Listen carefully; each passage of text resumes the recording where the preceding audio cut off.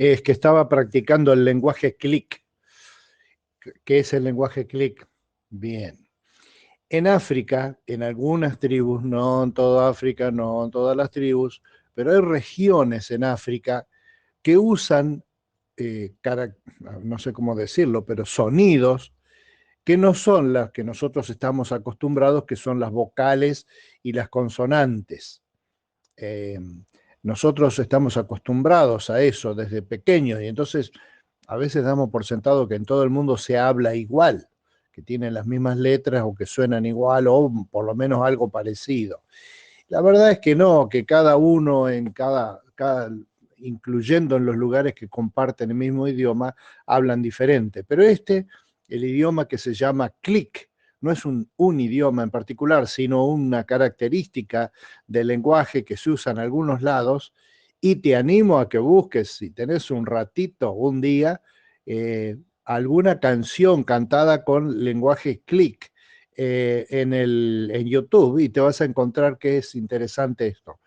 Algunos sonidos no son vocales o consonantes, sino que son sonidos, tampoco son sonidos guturales, son sonidos hechos con la boca, pero sonidos que suenan parecido como un clic.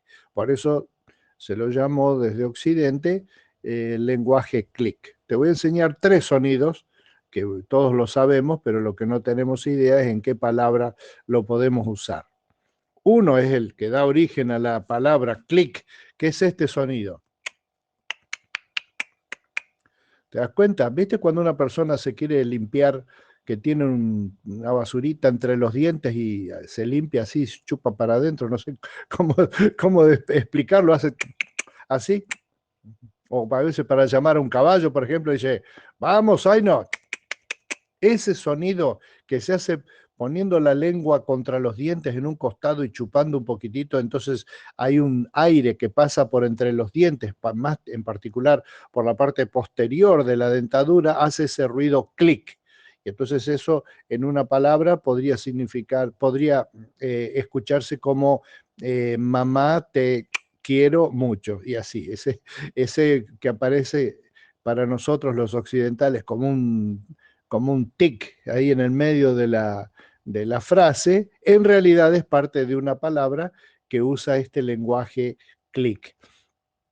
El otro sonido, que quizás es más fácil que nos demos cuenta si hemos escuchado en algún documental o algo hablar gente del África, lo hemos oído, que es el sonido que se hace con la garganta, pero no un sonido cultural como G o K, que pasa el aire, sino este sonido. K, ¿está bien? No es K, se hace con la lengua, con la garganta cerrada y la lengua echada para atrás. No es difícil de hacer, pero de ahí a poder cantar metiendo esa y entendiendo qué significa, estamos lejos. Y hay un tercer sonido del lenguaje clic que quiero mencionar, que es el sonido, ese sonido me salió mal, que usan los chicos en el litoral para jugar al mbopa, que es la mancha. Cuando juegan a la mancha se provocan entre ellos abriendo la boca en forma de O, así bien redonda. Oh, no, discúlpame, no. Esa boquita de europeo que tenés una boquita con unos labios chiquititos y finitos, no sirve para hacer el ruido este del embopa. Tenés que tener una boca grande, labios generosos, cosa de poder hacer así. Que se ha popularizado últimamente en los memes como un sonido de algo que causa terror o desagrado. También parte del lenguaje clic. En África, además, en el lenguaje, tienen una característica que nos trae al tema de hoy, que es que en muchos lugares, no en todos, porque África no es una ciudad que se llama África, es un continente donde hay miles de pueblos, idiomas y gente de todos colores, pelos y señales, y entonces ellos en algunos lugares tienen la costumbre de decir sí moviendo la cabeza hacia los lados. Qué casualidad, igual que nosotros decimos no con la cabeza. porque cuando ellos quieren decir sí, hacen como no, pero cuando dicen no, suben y bajan la nariz, cosa que para nosotros querría decir sí y para ellos significa no. Del no quiero hablar hoy, no de los gestos. De paso, hay cosas de estas que están mencionadas en la Biblia. Por ejemplo, eso de cuando uno habla de hacer gestos con la cabeza. Hay un texto que dice que es difícil de entender bien qué dice, pero dice, hacen gestos con la cabeza. O sea, esa idea de hacer señales con las manos, con los pies, el lenguaje gestual es muy difícil, está mencionado en la Biblia, pero es como si escucháramos cantar a alguien con el lenguaje clic del África, que necesitaríamos unas cuantas clases para entender. Pero una cosa difícil de entender es la palabra no. Una de las cosas más difíciles que los papás tienen para enseñarle a sus hijos, y la mayoría de las veces hoy día no quieren, es enseñarle a sus hijos la palabra no. Cuando papá o mamá te dicen no, es no. No es difícil, no tiene 8 traducciones del árabe, no, simplemente no, niet, no, nein. ¿En qué idioma querés que te lo diga? Es no, no se puede, es un freno, es un límite, límite, límite. Y entonces los chicos, curiosamente, por amor, no se les pone ese límite que resulta en realidad que le estás robando los padres que Dios le ha dado, que casualmente somos nosotros. Y a veces yo soy del lado que se crió así, hijo, nieto de esa línea, que excedieron los no y eran inflexibles. Y entonces uno se ha vuelto de hierro en esas cosas y tampoco eso es bueno.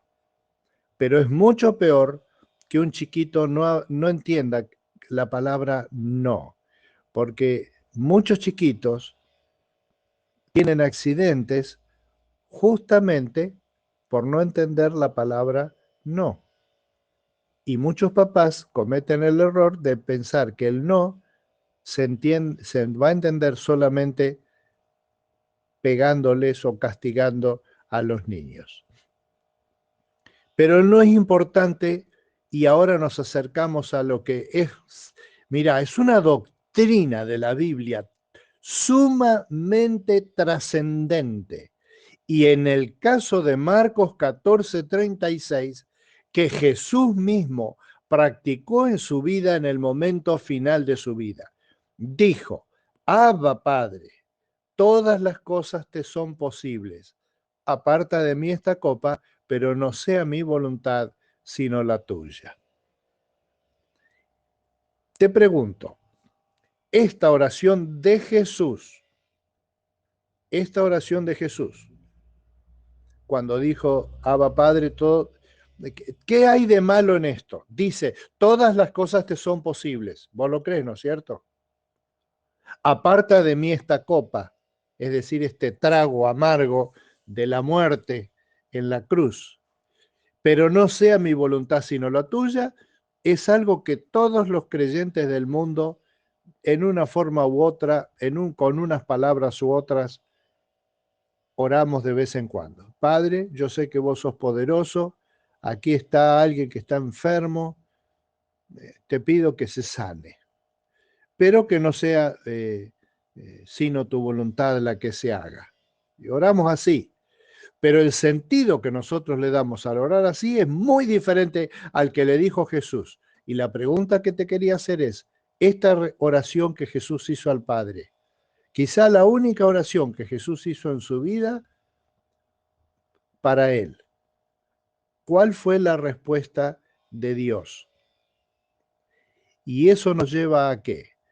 Cuando uno empieza a conocer a Dios, descubre que Dios tiene un plan para mi vida, una agenda, un diseño. Pero después pasa a no solamente darse cuenta que está, sino a empezar a ver cómo Dios hace su voluntad en mi vida, para llegar a algún momento de la vida, a ese tercer punto, cuando nuestra fe nos lleva como Jesús a pedirle al Padre que haga la voluntad de Él y no la nuestra, aunque esa voluntad sea la misma muerte. La pregunta dura, pero vital 100% es, ¿podemos recibir un no de Dios e igual seguir creyendo en Él?